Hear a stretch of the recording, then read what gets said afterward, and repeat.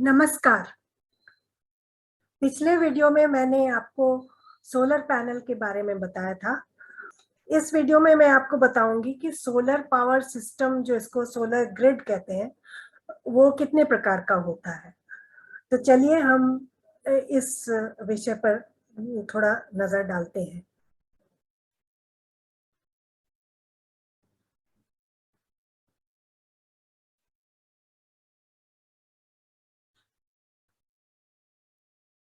तो आज हम इस विषय पर बात कर रहे हैं कि सोलर पावर सिस्टम या सोलर ग्रिड कितने प्रकार का होता है, और इसमें हम ये भी बताएंगे कि इसमें इसके लाभ और नुकसान क्या क्या है, या इसमें कितनी प्रकार की परेशानियां आ सकती हैं और कितने प्रकार के लाभ हो सकते हैं हर तरह के सोलर ग्रिड में। तो सबसे पहला जो ग्रिड सिस्टम होता है वो उसे कहते हैं ऑन ग्रिड। ऑन ग्रिड यानी कि सोलर सिस्टम जो होता है उसको आपकी जो रेगुलर बिजली का ग्रिड है, जो पावर की लाइन जो आती है बिजली की, उससे कनेक्ट कर दिया जाता है, उसको उससे जोड़ दिया जाता है। और इसमें जो सोलर पैनल जो बिजली बनाता है उसको एक इन्वर्टर होता है जो कि वो डीसी बिजली होती है। तो हमारे घरों में एसी बिजली का इस्तेमाल होता है, ज्यादातर हमारे जो उपकरण होते हैं बिजली के वो एसी बिजली का इस्तेमाल करते हैं।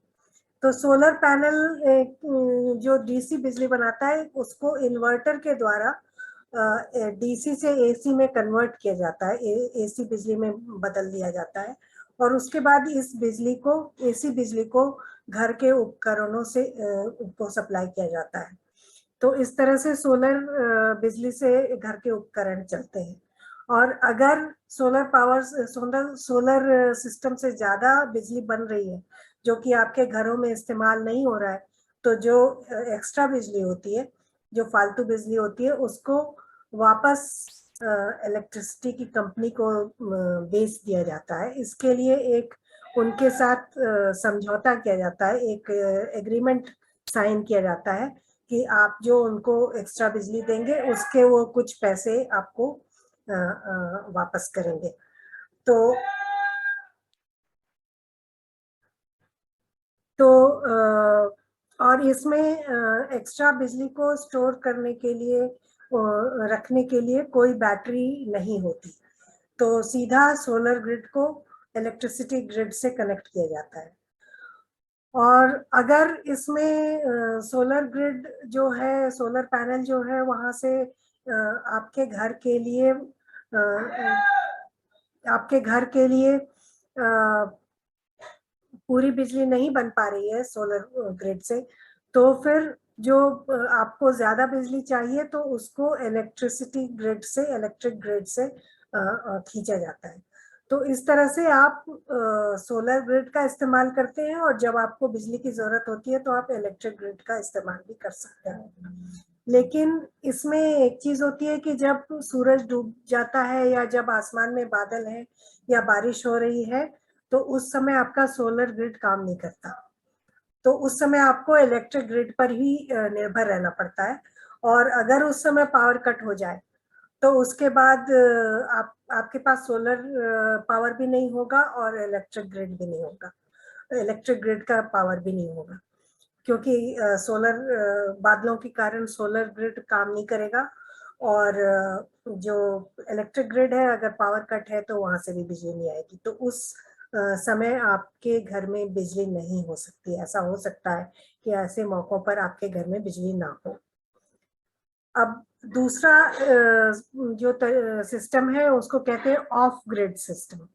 इसमें सोलर सिस्टम बिजली वाले इलेक्ट्रिक ग्रिड से कनेक्टेड नहीं होता है, उसके साथ इसको नहीं जोड़ा जाता। ये बिल्कुल इंडिपेंडेंट सोलर ग्रिड होता है। मतलब ये अपने आप में सोलर ग्रिड अलग से काम करता है, इसका इलेक्ट्रिक ग्रिड से कोई मतलब नहीं होता, कोई संबंध नहीं होता। और इसमें जो अगर सोलर पैनल से जो एक्स्ट्रा बिजली बन रही है उसको स्टोर करने के लिए एक बैटरी होती है।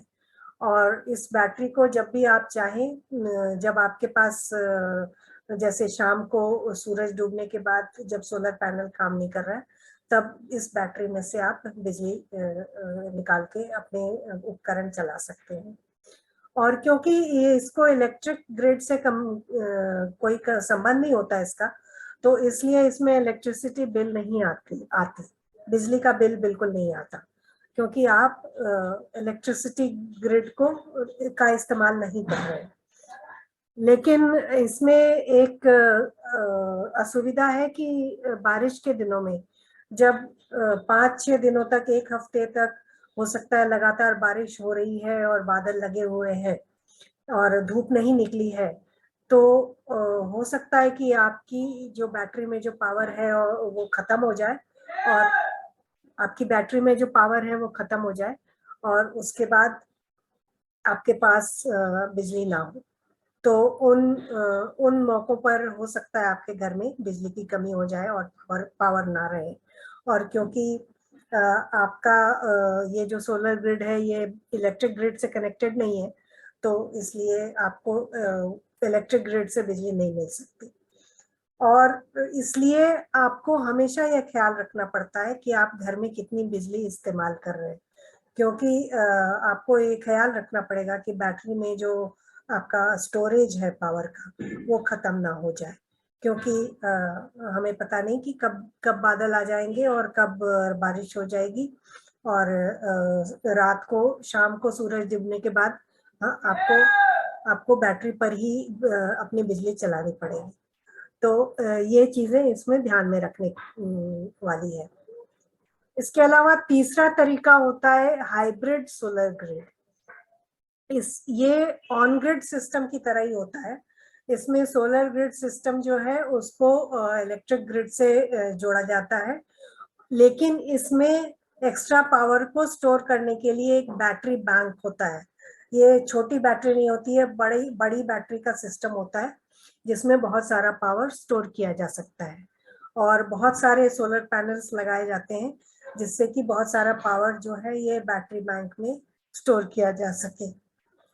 तो इस कारण से जब सूरज डूबता है या जब बारिश हो रही है, बादल लगे हैं, तब भी आपके पास पावर रहेगा, क्योंकि बैटरी बैंक जो है वो ऑन ग्रिड सिस्टम की तरह ही पावर यूज कर रहा है। और अगर आप बैटरी बैंक में पावर खत्म हो गया तो आप इलेक्ट्रिक ग्रिड से भी इलेक्ट्रिसिटी ले सकते हैं, तो ऐसी सुविधा भी रहती है। लेकिन इसमें बैटरी बैंक जो है वो पुराना होने पर उसकी पावर स्टोर करने की क्षमता खत्म हो जाती है, तब उसको फेंकना पड़ता है और उसकी जगह नया लाना पड़ता है। तो इसमें हमेशा बैटरी बैंक बदलने का खर्चा जो है वो आपको ध्यान में रखना पड़ेगा, क्योंकि बैटरी बैंक जो होता है वो महंगा होता है, और जब भी आप बदलेंगे तो आपको उतने पैसे लगाने पड़ेंगे इसमें। और इसको हाइब्रिड ग्रिड को लगाना भी ज्यादा महंगा होता है, क्योंकि इसमें बैटरी बैंक की जरूरत होती है और साथ में इलेक्ट्रिक ग्रिड के साथ कनेक्शन भी करना पड़ता है।